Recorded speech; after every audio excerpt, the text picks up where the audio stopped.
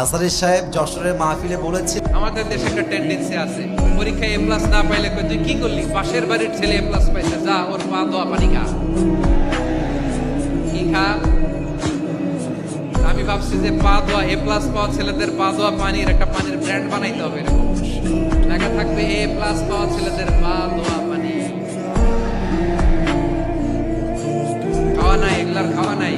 ওরে আল্লাহ এ প্লাস পাওয়ার জন্য বানাইছে, আর আপনার ছেলেকে এই এ প্লাস গুলারে নিয়ন্ত্রণ করার জন্য আল্লাহ বানাইছে। ওকে দিয়ে আল্লাহ কি করবে আপনি জানেনই না।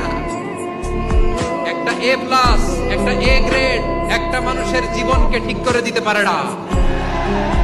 আপনার ছেলেকে আল্লাহ অন্যদিকে যোগ্যতা দিয়েছে। ওদের মনোবল ভাঙবেন না, খবরদার খবরদার। ছেলে মেয়েদের মনোবল ভাঙবেন না।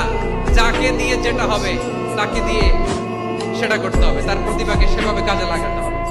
যে আপনার সন্তান এ প্লাস না পেলে ওকে আপনি কষ্ট দিয়েন না, আঘাত দিয়েন না। যারা এ প্লাস পেয়েছে, খাওয়া নাই, ওদেরকে আল্লাহ এ প্লাস পাওয়ার জন্য বানিয়েছে। আর আপনার সন্তানকে আল্লাহ সবগুলো এ প্লাস পাওয়া ব্যক্তিদেরকে হ্যান্ডেল করার জন্য পাঠিয়েছে।